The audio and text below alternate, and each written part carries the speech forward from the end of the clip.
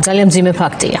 მართლა ძალიან მძიმე ფაქტია. ახალგაზრდა გოგოს ოჯახი თხოვნით მიმართავს კონკრეტულ ეპარქიას, რომ მისცენ მას უფლება, რომ დაასვენონ შვილი და გააცილონ ბოლო გზაზე ეკლესიიდან, რაც მართლმადიდებელი ქრისტიანის რაღაცა თავს შეიძლება იყოს ერთ-ერთი ყველაზე დიდი სიკეთე, რაც შეიძლება მოხდეს ადამიანის გარდაცვალების შემდეგ, ხომ? თუმცა იღებს ამაზე უარს და უარის განმარტებას, რომლის მიხედვითაც ეკლესია ამჟღავნებს ადამიანის პირადი ცხოვრების დეტალებს და სხვათა შორის ისეთ დეტალებს, რომელზეც აი ცოტა ხნის წინ მინდა ნანუკა ჟორჟოლიანი წერს, რომელიც ყოფილა პანაშვიდზე გოგონასი და მისი დედის თანაბარებს გთხოვს, რომ საზოგადოებამ შევისმინოთ. მე არ ვიცი, ჩემი შვილი რატომ მოკვდა, ეუბნება დედა ნანუკას და სხვამ როგორ იცის. ეს კითხვა დასვა მან და ასევე თქვა, ჩემი შვილი იყო მონათლული, ანუ რა უწევს ამ ოჯახს, უწევს მტკიცება, რომ ეს ქრისტიანი ოჯახია. ზუგდიდის დადიანების ეკლესიაში ყავდა მამაო, იქ მსახურობს დედა ჩემიც, ანუ მორწმუნე ოჯახია, როგორც ჩანს. ორი შვილი ყავდა, ორივე მონათლული, ჯვარი დაწერილი ჰქონდა იმ მამაო აუგო წესი, რომელმაც ჯვარი დაწერა. კიდევ ორმა მოძღვარმა აუგო წესი, არანაირი ქირურგიული ჩარევა არ ყოფილა. ამბობს დედა გარდაცვლილის, კიდევ ისეთი დეტალებია, რომელშიც აღარ მინდა შესვლა. გთხოვთ ყველას გადაეცი, ეუბნება ის ნანუკა ჟორჟოლიან, სანამ დასკვნა არ იქნება ჩემი შვილის გარდაცვალების ვერსიებს, ნუწერენ მატირონ შვილი, მამამისსაც ატირონ შვილი. აი უმძიმეს თემაზე გვიწევს ახლა ჩვენ საუბარი, თქვენი კომენტარი ყველაფერი ამაზე ქალბატონ ლელა. პირველ რიგში მინდა დავიწყო სამძიმრით და გამოუცხადო ოჯახს სამძიმარი, უმძიმესი ტრაგედია მართლა. რა ვიცი, რა უნდა იყოს ახლა მშობლისთვის ამაზე დიდი თავზარდაცემა პრაქტიკულად მათთვის ჩამოინგრა ქვეყანა და პლუს კიდევ როდესაც აი ასეთ დროს მშობელს აქვს პრობლემა, რომ ვერ უკეთებს შულს იმას, გარდაცვლილ შულს უკვე, რაც გონია, რომ მისთვის იქნებოდა საჭირო და მას დაეხმარებოდა. თავარი ის არის, რომ გარდაცვლილს ახლა ქრისტიანული თვალსაზრისით წესი აუგეს და სხვანაირად არც შეიძლებოდა, მაგრამ მე მაქვს კითხვა. ლანა რო ცოცხალი დარჩენილიყო, თუნდაც ის პირადი ცხოვრების მნიშვნელოვანი საკითხი, რომელიც ახლა განიხილება, ასე ყოფილიყო, მას ტაძარში არ შეუშვებდნენ? აი კითხვა მაქვს, ლანა რომ ცოცხალი გადარჩენილიყო და ტაძარში მისულიყო, მას შეუშვებდნენ თუ არა ტაძარში? რასაკვირველია, უარს ვერ ეტყოდნენ ვერც ერთი ნიშნის მიხედვით.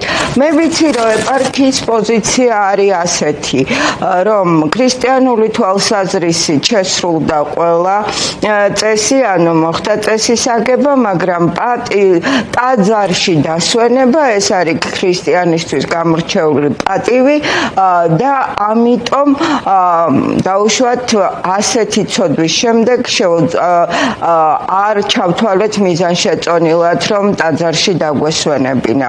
მე არ ვიზიარებ ეპარქიის ამ პოზიციას ნამდვილად, ვერაფრით ვერ გავიზიარებ, იმიტომ რომ ჯერ ესერთიც არსად კანონიკური თვალსაზრისით არ არის მინიშნებაც კი იმაზე, რომ ტაძრიდან ადამიანის, გარდაცვლილი ადამიანის ტაძარში დასვენება, იქიდან გამოსვენება არის რაიმე სახის პრივილეგია, პატივი და ასე შემდეგ და შემდეგ, მაგრამ დაუშვათ ეკლესიას ასე მიაჩნია.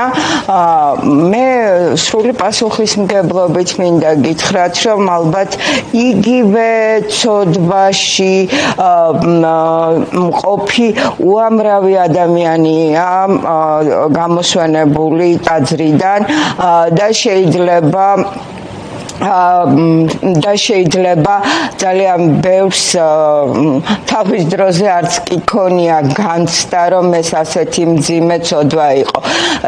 მე დღეს მქონდა საუბარი მთავართან და მან იცის ჩემი პოზიცია რომ ცოდვასთან ბრძოლის ნაცვლად ეკლესია ჯობს რომ ცოდვის გამომწვევ მიზეზებს ებრძოლოს თუ კი ჩვენ გვინდა რომ მართლა რეალურად გქონდეს შესაძლებლობა იმისა რომ ადამიანების ნება გახდეს ქრისტიანული ცხოვრების წესით ცხოვრება და არა როგორ გითხრათ თავს მოხვეული იძულება. აი თქვენ რომ ბრძანეთ ახლა რომ ვესაუბრო მეუფე გერასიმეს ესაუბრეთ? დიახ, ესაუბრე. საინტერესოა მისი პოზიცია ახლა რაღაცნაირად ცოცხლებს თვალე რომ გადაავლოთ დარაზმული მხარდაჭერა მისი მისამართით მთელი ზუგდიდის ეპარქიის ასე რომ ვთქვათ რაღაცნაირად ეთყობა საჭიროდ ჩაითვალა რომ ახლა ეს რაღაცა ორგანიზებული მხარდაჭერა მიიღოს მან რა აი რითი მესმის ხო ეს მისი პოზიცია შეიძლება რაღაცნაირად რაღაც ჩარჩოში ჯდებოდეს მაგრამ აქვე აი არქიმანდრიტი დოროთე ყურაშვილი წერს შიო მესამეს თავისი დარღვეული სწავლება სისრულეში მოხავს მისი სიტყვები რომ ოჯახი სადაც აბორტის ცოდვა ტრიალებს განწირული ამოქმედ აი აქედან მინდა გავაგრძელო სწორედ რომ რატომ არის ეს დამოკიდებულება დღეს რატომ გაჩნდა იმიტომ რომ რატომ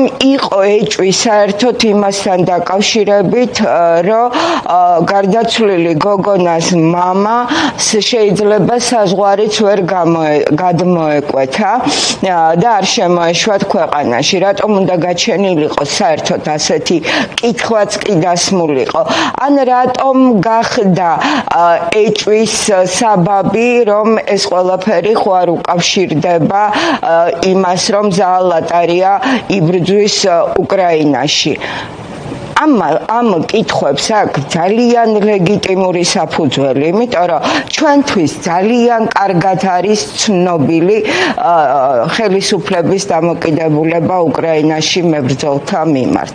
ძალიან კარგად არის ცნობილი და ამიტომ აი ეს სწორედ მათი დამოკიდებულება არასწორი, არაეროვნული და სახელმწიფოებრივადაც სრულად გაუმართლებელი გახდა საფუძველი ადამიანების აი ასეთი ეჭვებისა და უნდობლობისა და მეორე და ძალიან მნიშვნელოვანი აბორტთან დაკავშირებული ვერდიქტი რომელიც საქართველოს კათოლიკოს პატრიარქმა შიო მესამემ გამოიტანა რომ განწირულია ის ოჯახები სადაც აბორტის ცოდვა არსებობს ეს იყო წარმოუდგენელი ჩემი გადასახედიდან და გნებავთ ქრისტიანული სიყვარულის თვალსაზრისით. ანუ აქ წერტილი დაისვა ხომ? აქ ცოდვის გამოსყიდვის ფილოსოფიაზე და მართლმადიდებლურ საფუძვლებზე თუ ქრისტიანულ საფუძვლებზე საერთოდ ხაზია გადასმული მგონი. და განწირულია რას ნიშნავს? ესე იგი შანსი აღარ აქვს არაფრის სულიერი გადარჩენის, ასე გამოდის ხომ? თუმცა ეს ახლა ღვთისმეტყველება ჩემი ძლიერი მხარე შესაძლოა არ არის და ამაზე საუბარი შეიძლება არ იყოს.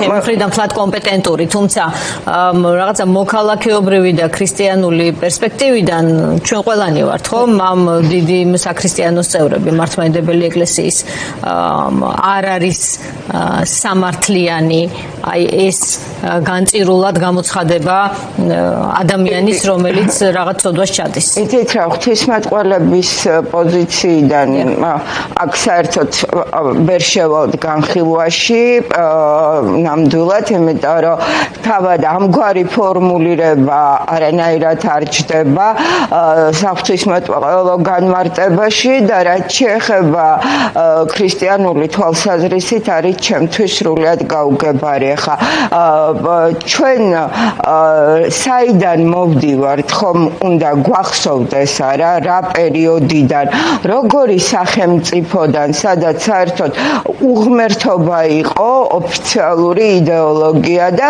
შესაბამისად აბორტისადმი დამოკიდებულება იყოს სრულიად სხვაგვარი და დღეს ჩვენ საზოგადოებაში კიდე არიან დარწმუნებული ვარ ადამიანები, რომელთაც ათობით შეიძლება თავის ცხოვრებაში ამგვარი გამოცდილება ძალიან ცუდი ჰქონდათ. ეს ისედაც ქალისთვის არის უმძიმესი პრობლემა, უმძიმესი პრობლემა, რაც არ უნდა გაუცნობიერებელი იყოს ის, რაც არ უნდა მოგრძალებული იყოს მისი გნებავთ ინტელექტუალური და გნებავთ რელიგიური, ასე ვთქვათ, გაცნობიერება, მაგრამ და პლუს ამას დამატებული ასეთი ვერდიქტი, მით უმეტეს ეს არ შეიძლება ასე განზოგადებული საკითხი იყოს, იმიტომ რომ ყველა შემთხვევას აქვს თავისი კონკრეტული მიზეზები, კონკრეტული მიმდინარეობა,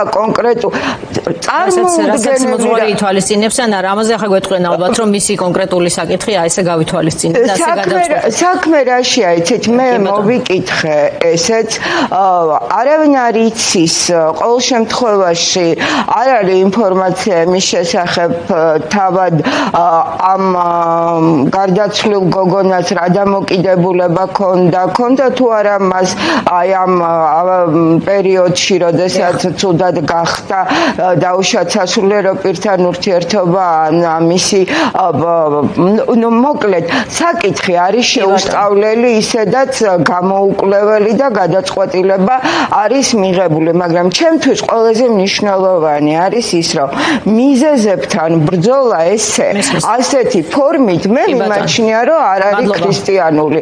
ჩვენ უნდა ვებრძოლოთ და შეურიგებლები ვიყოთ იმასთან უკაცრავ შედეგებს კი არა, მიზეზებს უნდა ვებრძოლოთ და რაც შეეხება ეკლესიის დამოკიდებულება, რომელიც ზოგადად ნულოვანი თანაგრძნობის მიმართ არ არის კრიტიკულად განწყობილი, იმის მერე მე სრულიად არ მიკვირს, რომ ის თვითონ გახდა აი ესეთი, როგორ გითხრათ, ნულოვანი თანაგრძნობით თუნდაც ცოდვილთა მიმართ და ქრისტესთვის უნდა გითხრათ, ცოდვილიც და არა ცოდვილიც იმ ტაძარში, ეკლესიაში, სადაც დასვენებას ითხოვდნენ, მასში ყველანი ერთნი ვართ აბსოლუტურად და ის არ გვარჩევს იმის მიხედვით, ვინ რამდენი ვცოდეთ.